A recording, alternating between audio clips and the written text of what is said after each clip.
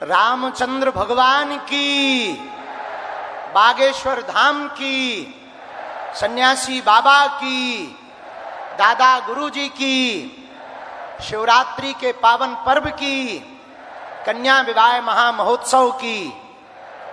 आज हम सबका, बुंदेलखंड वासियों का और हमारा पूरा परिवार और हमारी सभी बेटियां, जो 251 जोड़े यहाँ विराजमान हैं, हमारे दामाद, इन बेटियों का सौभाग्य जागा है।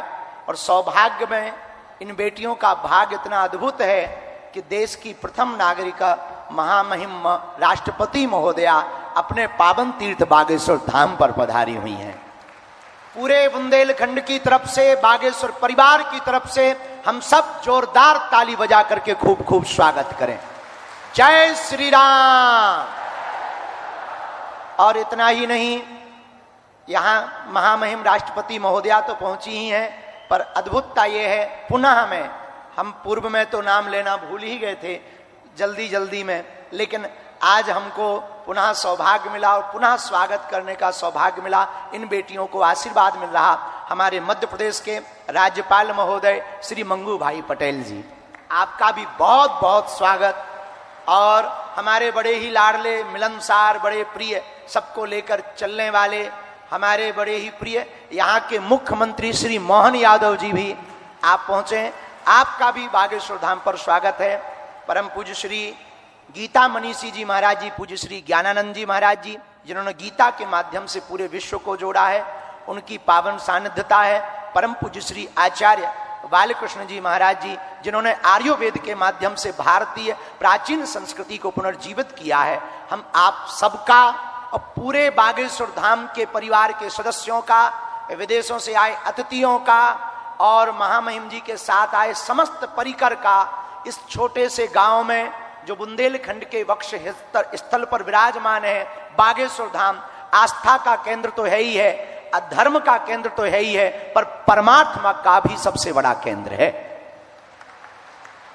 महामहिम जी को बताना चाह रहे हैं कि हमारी पूरी टीम, लगभग इसमें 200 लोग हैं, जो मिलकर के इन बेटियों के लिए चयन करती है। जो वास्तविक पात्र हैं उसके लिए पूरी समिति ने लगभग 22,000 किलोमीटर कार से यात्रा की, निराश्रित मातृ पितृहीन बेटियों को प्राथमिकता दी और अनवरत 6 वर्ष से ये कार्य चल रहा।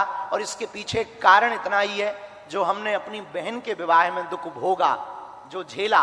तो जिस दिन बहन का विवाह था और हमारी स्थिति विचित्र थी, तो जब हमारे पास उतनी संपन्नता नहीं थी, तो यहाँ वहाँ भटक रहे थे, किसी से उधार मांग रहे थे।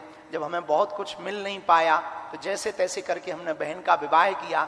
उसी दिन हमने प्रण ठाना था कि आज हमें अपनी बहन के विवाह में इतना निराश होना पड़ रहा, उपहार नहीं दे पा रहे हैं, भंडारा विशाल नहीं करवा पा रहे हैं। अगर कल के दिन प्रभु ने हमें सामर्थ्यवान बनाया, तो भारत के किसी भी भाई को हमारी तरह नहीं भटकना पड़ेगा।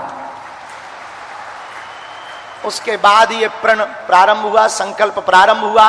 और आज वो बेटियां यहाँ से, जिनको 1 महीने पहले तक हमारा परिचय नहीं रहता, पर जब ये यहाँ से जाती हैं, मुस्कुराती हुई जाती हैं, आशीष दे करके जाती हैं, तब मन प्रसन्न होता है। और हम पूरे देश को इस महाशिवरात्रि के उत्सव से एक ही निवेदन करना चाहेंगे, भारत के मंदिरों की दान पेटियों को अगर गरीबों की बेटियों के लिए खोल दिया जाएगा, तो भारत विश्व गुरु बनते देर नहीं लगेगी। इसी संदेशा के लिए हमारा उद्देश्य है कि भारत में